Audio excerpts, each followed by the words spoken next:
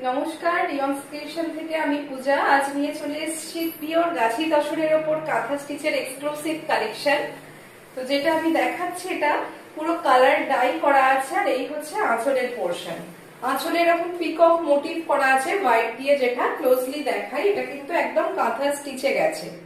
Pure গাছি তসরের ওপর কাঁথা stitch. এই যে ব্যাক সাইডটা দেখলে বুঝতে পারবেন এটা পুরোটাই কাঁথা স্টিচে গেছে, একদম এক্সক্লুসিভ। পুরো কালার দিয়ে ডাই করা হয়েছে প্যানেল প্যানেল করে। নিচের দিকে এইভাবে ময়ূর মোটিভটা করে দেওয়া আছে।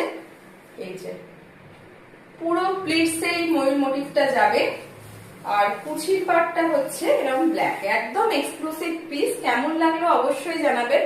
কুচির পাটটা থাকবে এইরকম ব্ল্যাকে।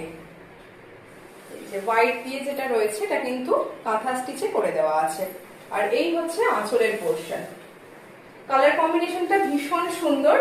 এই পার্টটাও গেছে কাঁথা স্টিচে, আর আপার বর্ডার, আর এটা যাচ্ছে লোয়ার বর্ডার। লোয়ার বর্ডারে কিন্তু পুরো একদম ঘন করে কাঁথা স্টিচটা করে দেওয়া আছে।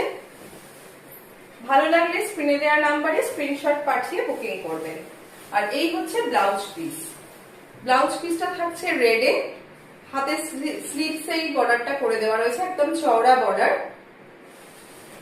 এই হচ্ছে অল ওভার শাড়িটা, ভীষণ সুন্দর, হাফ হাফে গেছে।